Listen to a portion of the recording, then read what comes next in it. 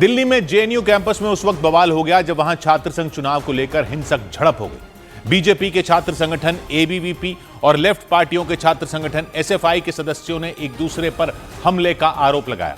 घटना तब हुई जब छात्र संघ चुनाव से पहले कैंपस में बैठक बुलाई गई और बैठक शुरू होने के कुछ ही समय बाद छात्रों के बीच हंगामा शुरू हो गया। हालात तब बिगड़ गए जब हंगामा कर रहे छात्र आपस में भिड़ गए। उनके बीच हाथापाई और धक्का मुक्की शुरू हो गई। दावा किया गया कि दोनों संगठनों के छात्रों ने एक दूसरे पर कुर्सियां फेंकी, जिसमें कुछ छात्र घायल हो गए।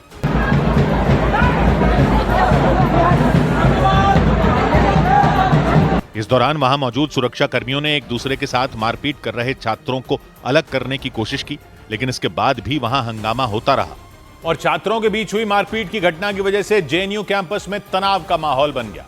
छात्र संघ चुनाव को लेकर कैंपस में मौजूद स्कूल ऑफ सोशल साइंसेज के ऑडिटोरियम में मीटिंग बुलाई गई थी। बैठक में चुनाव समिति के गठन और प्रक्रियाओं पर चर्चा हो रही थी और तभी बीजेपी के छात्र संगठन एबीवीपी और लेफ्ट पार्टियों के छात्र संगठन एसएफआई के सदस्यों के बीच किसी बात को लेकर बहस शुरू हो गई। हालांकि वहां मौजूद कुछ लोगों ने बीच बचाव करने की कोशिश की, लेकिन इसके बाद भी दोनों संगठनों के सदस्यों के बीच तनातनी बढ़ती चली गई।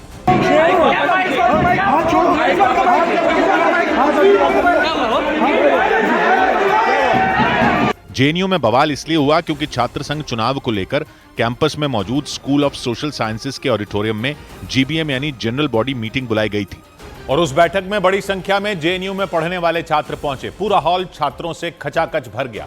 बीजेपी के छात्र संगठन एबीवीपी के सदस्यों ने दावा किया कि हंगामा तब हुआ जब लेफ्ट पार्टी के छात्र संगठन से जुड़े एक काउंसलर ने उत्तर प्रदेश, बिहार और एबीवीपी से जुड़े छात्रों पर टिप्पणी कर दी और उसी वजह से बैठक में शामिल एबीवीपी के कुछ सदस्य भड़क गए। उन लोगों ने वहां हंगामा खड़ा कर दिया।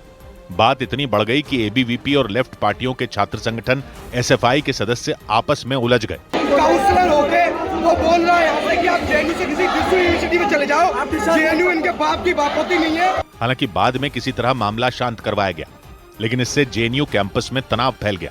घटना के बाद छात्र संगठनों ने यूनिवर्सिटी प्रशासन से हिंसा की जांच कराने और दोषियों पर कार्रवाई किए जाने की मांग की।